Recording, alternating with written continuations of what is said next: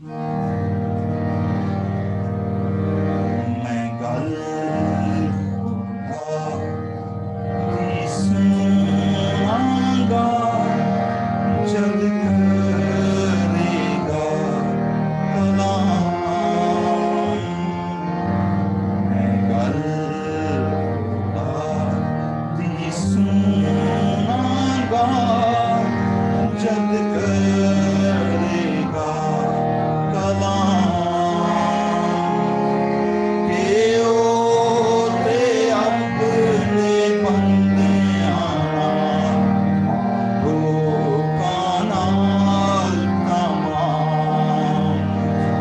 के ओ ते अपने बंदियां लोकां नाल तमाम। आसमानी बाप, शुक्रगुजार हैं तेरे मुकद्दस कलाम के लिए। तेरा कलाम जो जिंदा और मौसम, हर एक दो धारी तलवार से ज्यादा तेज, जो रूह जान बदन और गुर्दे को चीरता हुआ गुजर जाता, दिल के इरादों ख्यालात को जांचता और परखता है। आज की शाम जब हम तेरे कलाम का बीज बोते हैं, तेरे बेटे यीशु के नाम से फलदार हो, सुनने वालों पर इन पर्सन और वर्चुअल खुदावंद तेरे कलाम की बरकत पहुंचे और जिंदगियों में तेरे बेटा यीशु जिता जलाल पाए। यीशु मसीह के पवित्र और जलाली नाम से आमीन आमीन। Thank you very much. So मेरे जीजो, जैसा आपके इल्म में है कि ठीक 2 दिन के बाद इलेक्शन आने वाले हैं। प्रेसिडेंशियल इलेक्शन नवंबर के महीने में पूरी दुनिया की नजरें जो है वो यूएसए पर हैं और वो ये देख रहे हैं कि कौन सा लीडर आने वाला है।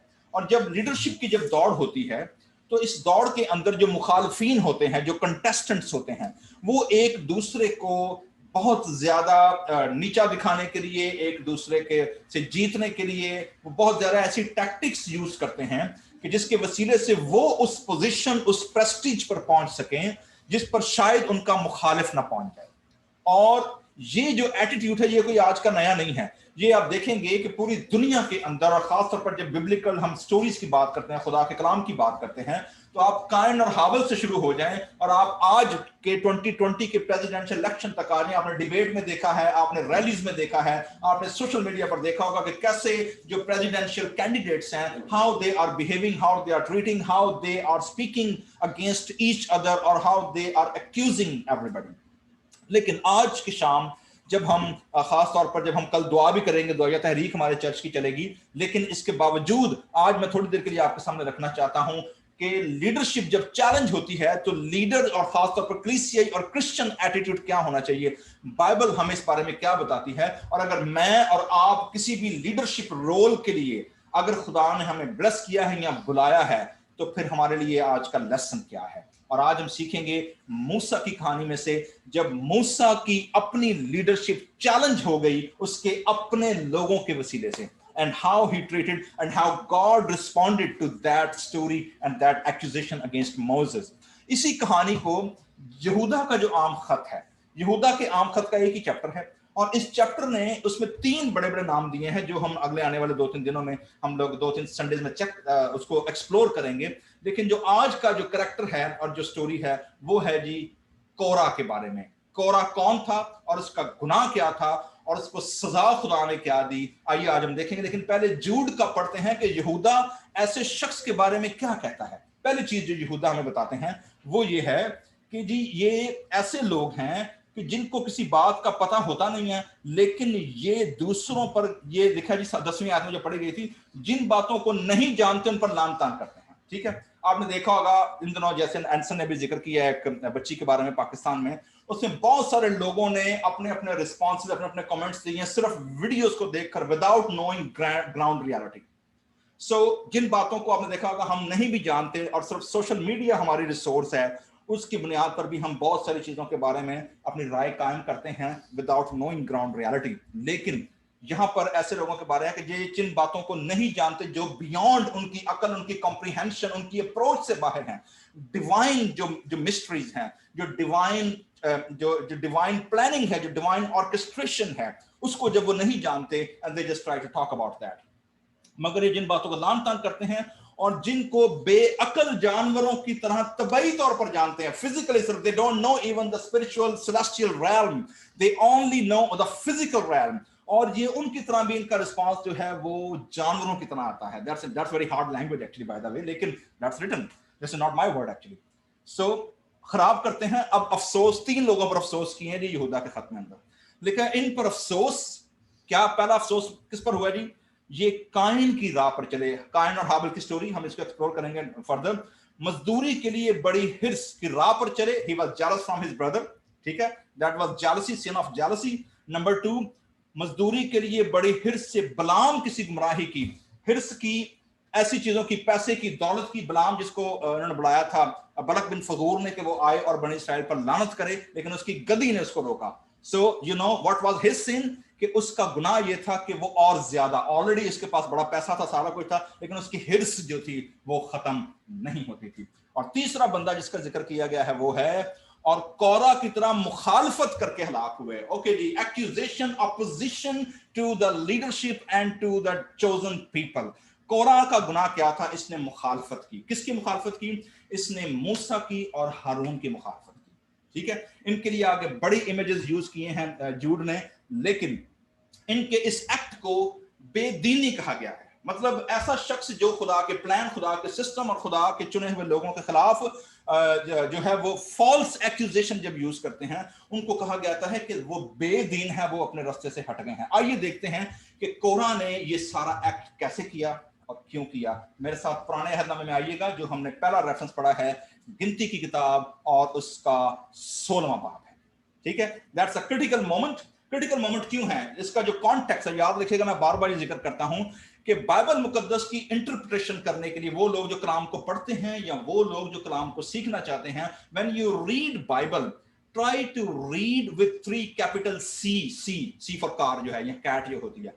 पहला सी है कॉन्टेक्स्ट, ठीक है, दूसरा सी है कंटेंट, और तीसरा सी है कंटेम्पलेशन। कंटेम्पलेशन है या उसको आपने किस तरह कनेक्ट करना है बाकी कलाम के हिस्सों के साथ। तो सबसे पहला सी क्या है जी? कॉन्टेक्स्ट, यानी किस कॉन्टेक्स्ट में ये बात की गई है।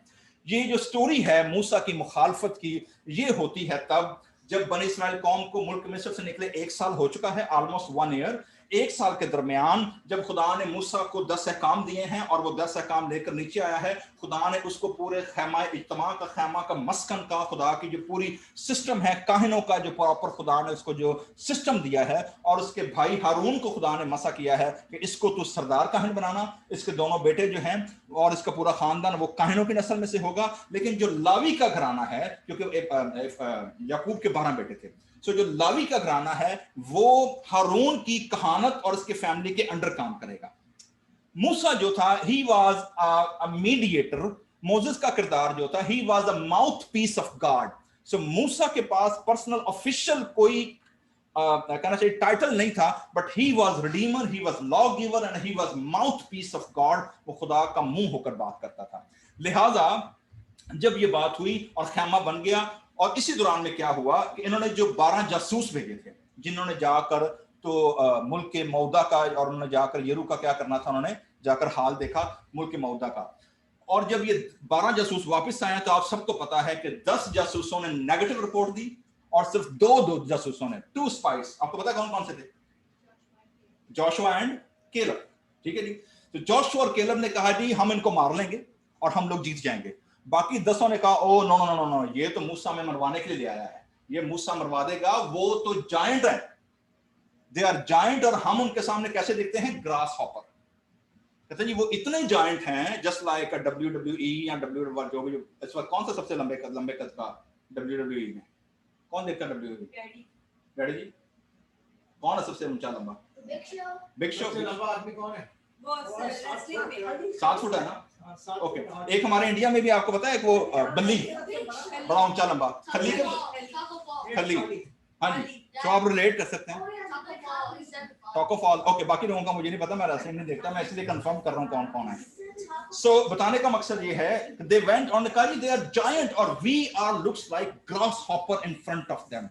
उन 10 लोगों ने जब आकर रिपोर्ट दी तो जो मजमा था, जो पब्लिक थी, वो लोग जो थे वो घबरा गए। अब जो मूसा की मुखालफत में जो ऑलरेडी मूसा के कजन्स थे, याद रखिएगा जी, पहली मुखालफत आपको हमारे पाकिस्तान में कहते हैं शरीका या बरादरी, ठीक है ना। तो शरीका बरादरी क्या काम करता है? सबसे पहले वो आपके कंपटीशन में आते हैं, ठीक है।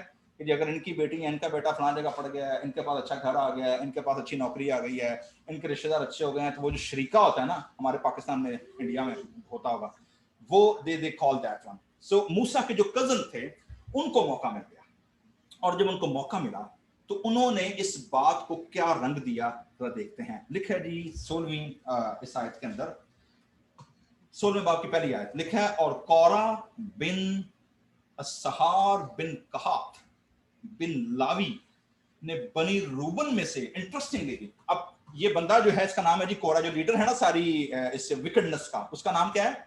कोरा, ये नाम याद रखिएगा जी, ठीक है, कोरा उसका नाम है। अब वो लीडर है अपनी कम्युनिटी का, तो उसका बड़ा इन्फ्लुएंस है।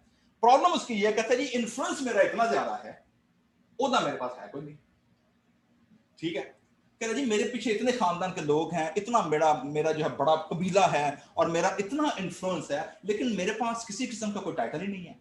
तो ये शुरू से, जब से निकले थे मुल्क मिस्र से, तब से इसके दिल में ये बात थी, लेकिन इसे मौका नहीं मिल रहा था कि ये कहां पर इसको स्पेल आउट करे। Now there was a time, और इस टाइम के अंदर, इस स्टोरी के अंदर जो इंपॉर्टेंट चीज है वो लिखा है, इसने जब ये किया तो इसने अपने साथ रूबन के कबीले को मिलाया। अच्छा, जिन लोगों को याकूब के 12 बेटों के नाम पता हैं, उन सबको पता है कि सबसे बड़ा जो बेटा था वो कौन था? रूबन, ठीक है। अगर मैं गलती ना करूं तो रूबन वाज द एल्डेस्ट। लेकिन आपको याद है जब यूसुफ मुल्क मिस्र से निकलने वाला था, उसने बड़े बेटे की बजाय बरकत किनको दी थी? यूसुफ के दोनों बेटों को, इफ्राइम को, और उसने हाथ क्या कर दिए थे? ही क्रॉस द हैंड, ठीक है। छोटे वाले को बरकत दी सीधे हाथ की, और उससे वाले को बरकत दी लेफ्ट हैंड की। और उसके जो याकूब ने बरकत दी। यूसुफ ने कहा भी कि डैडी ये क्या करने लगे? वो कह रहा मुझे पता मैं क्या करना, चुप करके बैठ, ठीक है। He said I know what I'm doing, but let me do. So he crossed his hands, ठीक है। तो ये बरकत जो थी, ये जो टाइटल थे, बड़े बेटे का जो ओहदा था, वो भी निकल गया हाथ से, ठीक है। और इसी फैमिली के अंदर लावी जो था, ठीक है, वो दोनों के दोनों क्या हो गए? सिस्टम में से, ब्लेसिंग में से क्या हो गए? आउट हो गए। ये बनी इस्राएल की 450 साल पहले याकूब ने ये काम किया था, ठीक है। Why he did that? जरा देखिए, Let's read the blessing which Jacob gave to his grandsons, ठीक है, और अपने बेटों को। पैदाइश की किताब और उसका 49 सेकंड 9 चैप्टर है, जरा खोलिएगा मेरे साथ और देखिएगा कि ये दोनों बंदे, ये जो कहातियों में से है कोरा, और इसने रूबन के जो लोगों को मिलाया है, इसके पीछे 400 साल की हिस्ट्री है। हम लोग बाद बात सोचते हैं जी कि हमारे एक्शंस और हमारी बातें जो हैं शायद वो इतनी आगे नहीं जाती, but the blessing, patriarchal blessing, it goes from generation to generation. 49 chapter है, अगर आप निकालेंगे मेरे साथ। पैदाइश की किताब 49वां बाब है, और इस 49वें बाब की जो पढ़ने लगा हूं जी मैं, दूसरी आयत से छठी आयत तक सर, ये दोनों नाम आएंगे इसके अंदर। और देखिएगा ये पेशन गोई हो रही है। याकूब बनी इस्राएल के 400 साल पहले ही इज प्रोफेसाइंग, ठीक है। क्या कह रहा है? 49 चैप्टर है, book of Genesis and chapter 2। Now Yakub has called all his sons, ठीक है। क्या कह रहा है जी? ए याकूब के बेटो, जमा होकर सुनो और अपने बाप इस्राएल की तरफ कान लगाओ। ए रूबन, आगा ना रूबन, ठीक है। रूबन को क्या कहने लगा? रूबन, तू मेरा पहलौठा और मेरी कुव्वत और मेरी शाहजोरी का पहला फल है, ठीक है। पहलौठा था ना, तू मेरे रोब की और मेरी ताकत की शान है, ठीक है। तू पानी की तरह बेसबात है, इसलिए तुझे क्या है जी आगे? फजीलत नहीं मिलेगी, okay. You are not getting your proper prestige as a firstborn in that context. तुझे फजीलत नहीं मिलेगी। Why? क्योंकि तू अपने बाप के बिस्तर पर चढ़ा, तूने उसे नजिस किया। रूबन मेरे बिछोने पर चढ़ गया। रूबन का गुनाह क्या था? वो अपने बाप की कॉन्क्यूबाइन के साथ उसने सेक्सुअल रिलेशनशिप बना लिया। That was the sin of the Reuben, and he lost his prestige, ठीक है जी। नंबर 2, शमाउन, दूसरा कबीला कौन सा आ रहा है जी? लावी। देखा, ये दोनों कबीले वहां मूसा की, ठीक है, ओके। 400 साल का डिफरेंस है, 4 सेंचुरीज, कोई छोटा मोटा डिफरेंस नहीं है, ओके। लिखा है जी शमन और लावी तो भाई भाई हैं, उनकी तलवारें जुल्म के हथियार हैं। तो ट्रेडिशनली उनका कैरेक्टर क्या है? They are always quarreling and fighting. They are the people who are always have kind of a कहना चाहिए कि ये हमेशा जिन्हों क्या है ना लोची तुलना ने पंजाबी, ठीक है ना, इन्ना घर दे विच या फैमिली दे विच इन्ना टिकन नहीं देना, ठीक है, हर वक्त कोई ना कोई क्या उठाए रखना है, कोई ना किसी चुकी रखना है। लिखा है उनकी तलवारें जुल्म के हथियार हैं, ऐ मेरी जान उनके क्या लिखा है जी, मशवरे में शरीक ना हो, never never join their council, उनके मशवरे में क्या है, शरीक ना हो, ऐ मेरी बुजुर्गी उनकी मजलिस में शामिल ना हो। नाउ हियर द खोरा, उसने किसको मिलाया अपने साथ? रूबन को। आइए दोबारा आ रही गिनती 16वें बाब में, ठीक है जी। तो क्या लिखा है, बनी इसराइल ने तो क्या ये रहा, कोरा बिन कहात ने बनी रूबन में से, ठीक है, they have been prophesied they will not get what they are wishing, what they are expecting. Why? Because the father has already announced they have been dismantled, they have been discredited 4 centuries ago, ठीक है। Now they want to get what doesn't belong to them through the wickedness, through planning and through human effort। क्या हुआ है, लिखा है कि बेटे 3 लोग इसमें हैं जी जो रूबन में से लिए। एक नाम आपने याद रखना क्योंकि उसकी दोनों बीवियों ने बड़ा अहम किरदार अदा किया, ठीक है। 3 नाम आपके सामने आने लगे हैं रूबन में से। पहला नाम है जी इलियाब के बेटों दातन को लिया है, नंबर 2 लिया है अबीराम को, और तीसरा नाम आपने याद रखना है, इसका नाम क्या है, पलित के बेटे अवन के साथ, अवन बिन पलित। तीसरा नाम मैंने क्या बताया,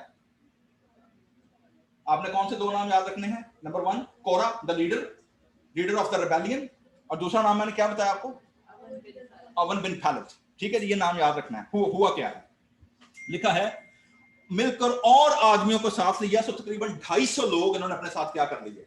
और 250 लोग आम लोग नहीं हैं, ये वो 250 लोग हैं जिनके पीछे 500 हजार और 2,000 फैमिलियां खड़ी हुई हैं। So they are the leaders of the community, पीछे पूरी पब्लिक इनके साथ है, ठीक है। सो 250 अशखास जो जमात के सरदार और चीदा और मशहूर आदमी थे, मूसा के मुकाबले में उठ गए।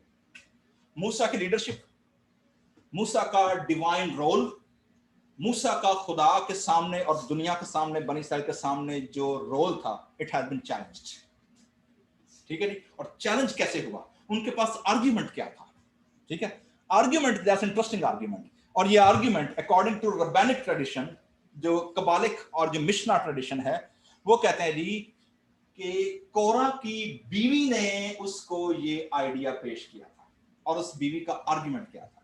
आर्ग्यूमेंट तो देखते हैं, लिखा है जी, और वो मूसा और हारून के खिलाफ इकट्ठे हो गए, पूरा मजमा इकट्ठा हो गया, ठीक है, अंडर द लीडरशिप ऑफ कोरा, और उनसे कहने लगे तुम्हारे तो बड़े दावे हो चले। कहा जी ओहो हो भाई, तू तो बड़े शाह हो गया, तूने मतलब तुम कहना जी तुम खुदा तुम्हारे अलावा किससे बात नहीं करता, और तू खुदा का माउथ पीस है, यूर अ लॉ गिवर, तुम्हारे तो बड़े दावे हो चले, क्योंकि जमात का एक एक आदमी मुकद्दस है और खुदावंद उनके बीच रहता है, सो तुम अपने आप को खुदावंद की जमात से बड़ा क्यों कर ठहराते हो।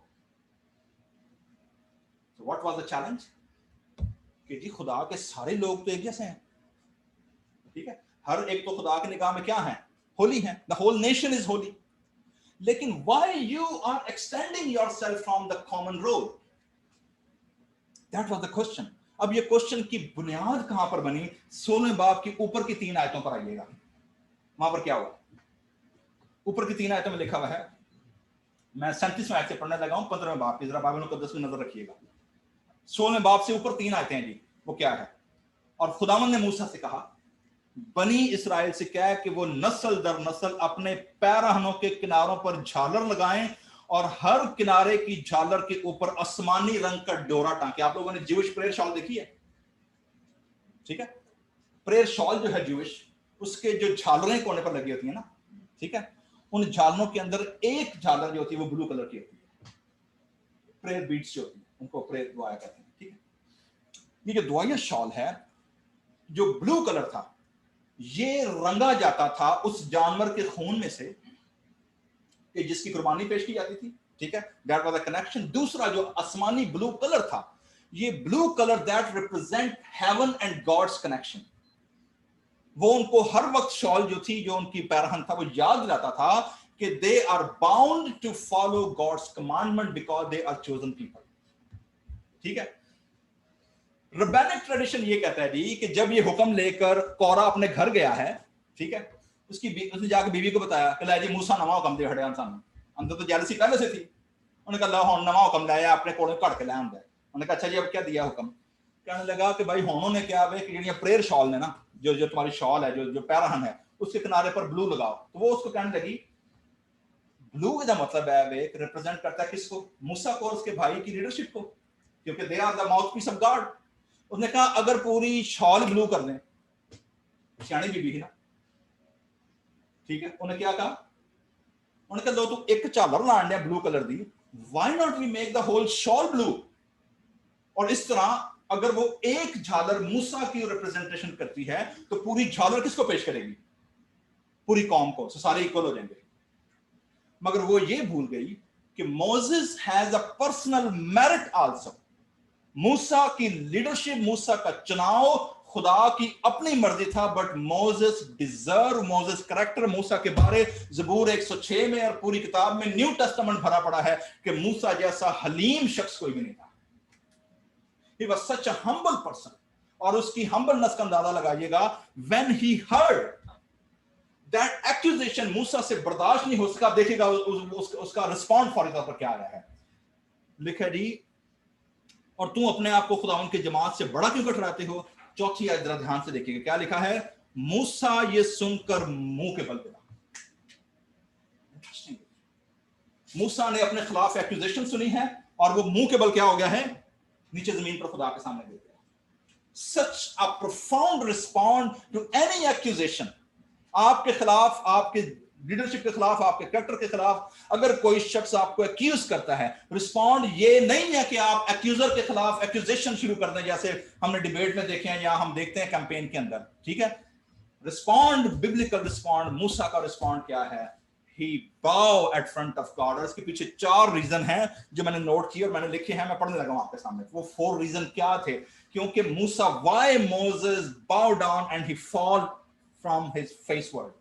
कलाम में लिखा है because that was the final and the 4th act of wickedness from these people। और मूसा पहले 3 में खुदा को मना चुका था, अब मूसा को लगा कि अब खुदा इनको नहीं छोड़ेगा। और पहले 3 क्या थे, चौथा उन्होंने क्या किया, लिखा हुआ जी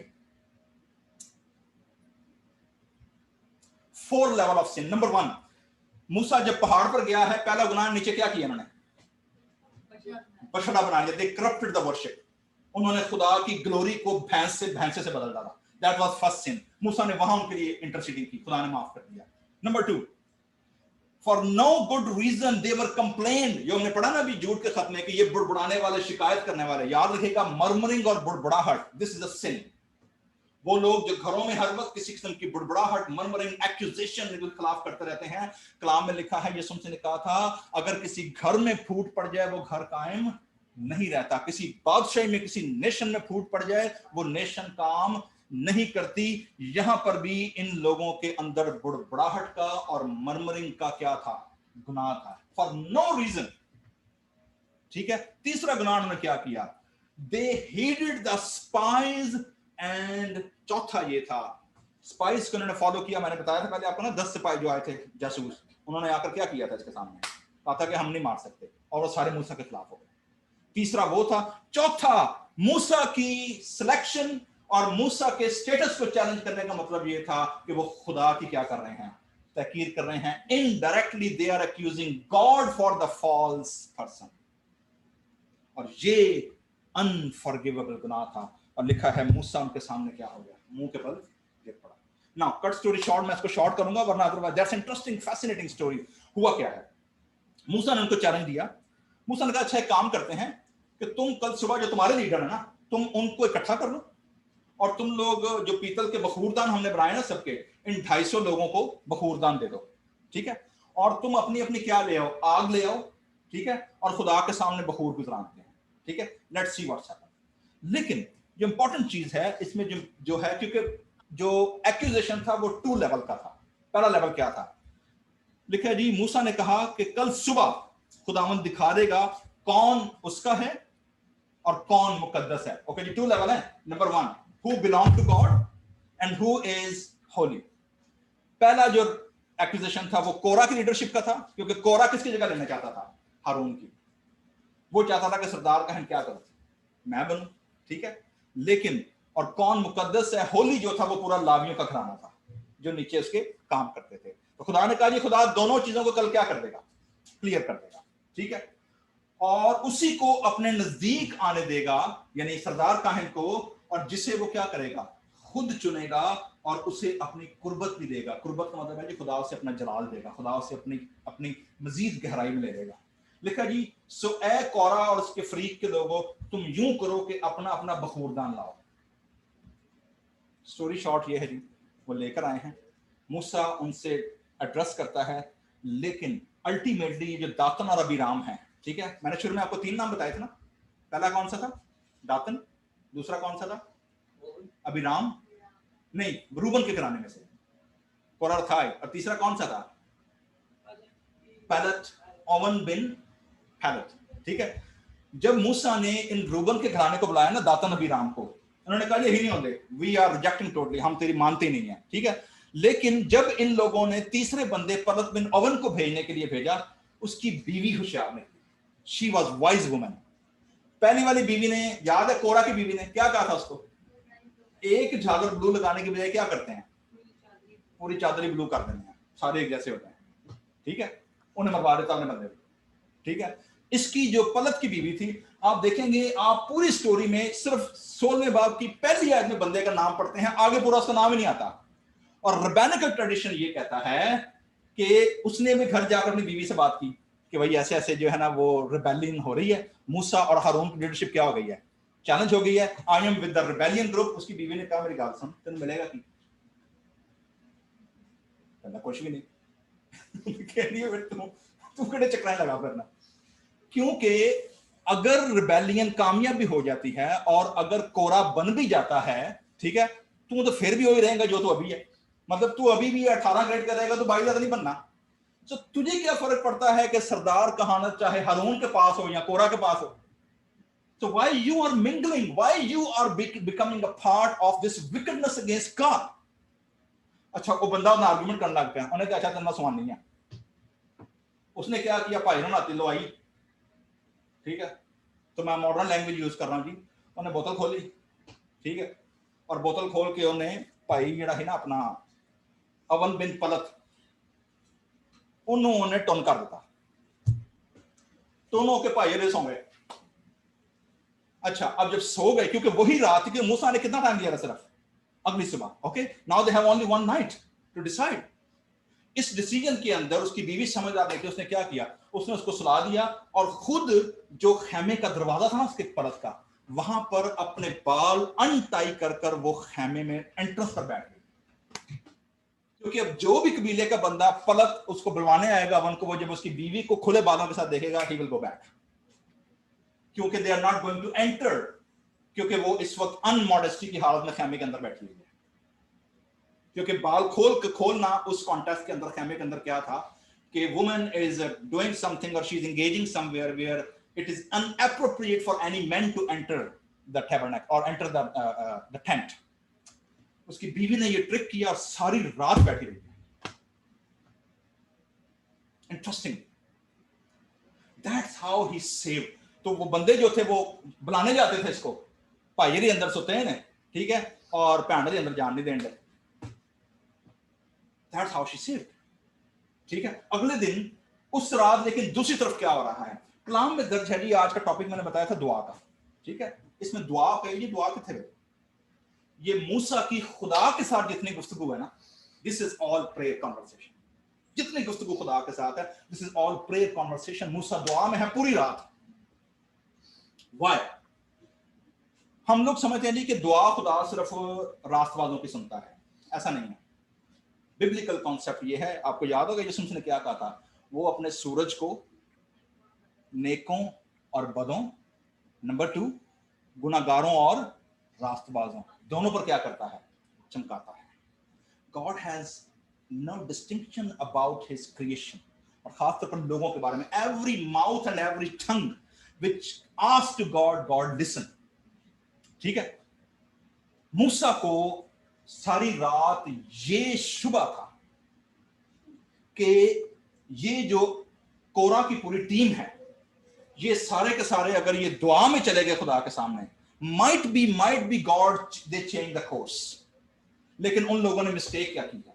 उन लोगों ने मिस्टेक ये की है, अगर आप देखेंगे 18वीं आयत में लिखा हुआ है, और कोरा ने 19वीं आयत में लिखा, कोरा ने सारी जमात को उनके खिलाफ खैमा इज्तिमा के दरवाजे पर क्या कर लिया था?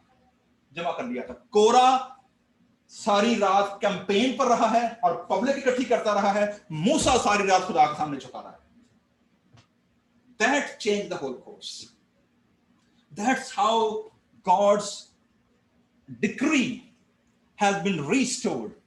क्योंकि अगर अबिराम और उसके बाकी टीम जितनी थी, अगर वो भी खुदा के सामने झुक जाती और वो भी सारी रात खुदा के सामने होती, तो might be there would be a different taste or a different result.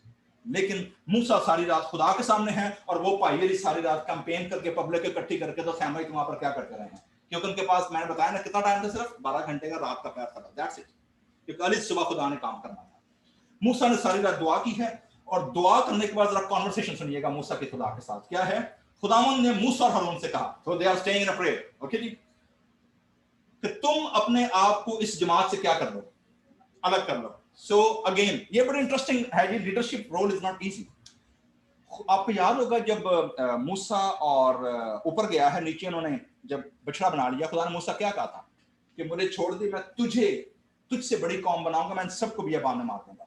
मूसा ने क्या कहा? नहीं खुदावंद, तू ऐसा नहीं कर सकता, प्लीज ऐसा नहीं करना, अगर तू इनको नहीं बख्शता, मेरा नाम भी किताब याद में से क्या कर देगा, काट दे। पर्सनल ऑफर मूसा को मिली, and Moses rejected that offer. Again यहां पर खुदा ने मूसा को फिर ऑफर दी है कि तुम और हारून सिर्फ दोनों अपने आप को क्या कर लो, अलग कर लो, मैं पूरी जमात को भस्म कर दूंगा। मूसा ने क्या किया? That's the heart of the leadership, and that was the merit. मूसा की जो मेरिट बनी है, that was his compassion and his character. हलीम शख्स था, he always has a compassion। उसने खुदा की इस ऑफर को रिजेक्ट किया है, कहने लगा, ऐ खुदा, सब बशर की रूहों के खुदा, क्या एक आदमी के गुनाह के सबब से तू, तेरा कहर सारी जमात पर होगा?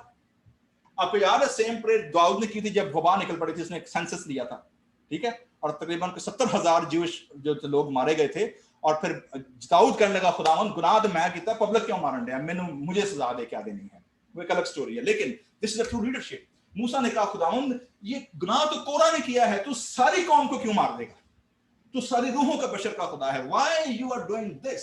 अगेन मोसेस इंटरसीड, खुदा के सामने झुका हुआ है। तब खुदा ने मूसा से कहा, तू जमात से क्या है कि तुम कोरा और दातन और अबीराम के खैमों से क्या रहो। आपने देखा अवन बिन पलत का नाम नहीं है, उसकी वाइफ वाइज निकली है, शी सेव्ड इट, ठीक है। आपने अमसाल की किताब में एक आयत पढ़ी होगी, अहमक औरत अपना घर क्या करती है, क्या था? चलो पहला दना औरत ले लेते हैं, ठीक है, पहले अहमक नहीं लेते। दना औरत अपना क्या बनाती है? घर बनाती है, लेकिन अहमक अपने हाथों से उसे क्या करती है? बर्बाद करती है। That was the story from this context. ये वो जो जुमला है ना अमसाल की किताब में, वो इस स्टोरी के बैकग्राउंड में है। कोरा की बीवी पूरी शाल लोग आने का, जा भाई तेरा काम हो जाना है, और इसने, दूसरी ने अपने आप को इनमॉडेस्ट कर दिया, लेकिन अपना घर, अपना शौहर क्या कर गई है? बचा गई, ठीक है। खुदा ने पूरी कौम से क्या कहा है कि और अपने इस्राएल के सारे, और उसने जमात से कहा, इन शरीर आदमियों के खैमों से क्या हो जाओ, दूर हट जाओ, ठीक है जी। सो लोग डिस्टिंक्ट हो गए हैं, निकल गए हैं अलग अलग, और ताकि इवन उसने कहा कि इनकी किसी चीज को भी हाथ नहीं लगाना, don't touch even anything, totally isolate, totally अपने आप को अलग कर दें लोगों से, ठीक है।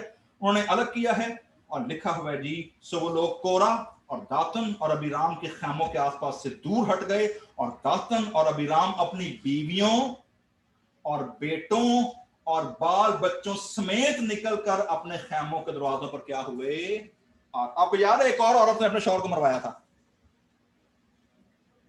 किसी को याद है कौन सी थी? एस्तर मलका की किताब में जो लीडर था, क्या नाम, हमान नाम था ना उसका, हमान की बीवी जरिश, ठीक है ना, उसने इसको मशवरा दिया था कि इतने फीट लंबी क्या खड़ी कर दे, बलि बना दे। लेकिन जब उसको ये पता चला कि तू किन के खिलाफ बना रहा है, उन्हें होश आ गई, कहती ना ना ना, अब तेरा कुछ नहीं हो सकता।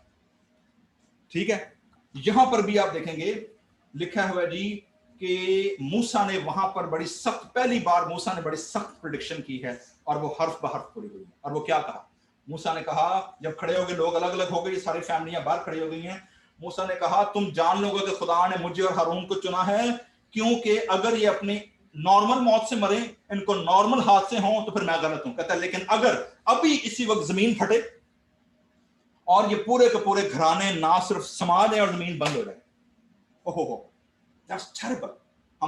आप सबने हमने कैलिफोर्निया में झटके पिछले दिनों महसूस किए थे, ठीक है ना, हमने मूवीज में भी देखा होगा कि जमीन फट जाती है जनाब, वो क्रैक आ जाता है हर ईयर, वो तो कितना मूवी देखकर खौफ आ जाता है। ठीक है, तो that was not natural disaster. यहां पर जो हुआ है उनकी इस विकेडनेस की वजह से, उनकी खुदा के ममसू और खुदा के बंदे के खिलाफ चैलेंज की वजह से, अपने हिर्स की वजह से, अपनी सिर्फ मुखालफत बराए मुखालफत शरीके बरादरी की वजह से, they have lost not only their own heritage, they have lost their children and their wives and everything.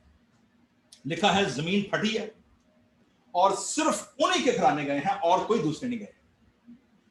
Precise targeted खुदा ने उनके घरानों को, जमीन ने मुंह खोला है, कलाम में लिखा हुआ है, और जमीन अपना मुंह खोल दे, इनको इनके घर बार समेत निकल जाए और ये जीते जी पाताल में समा जाए।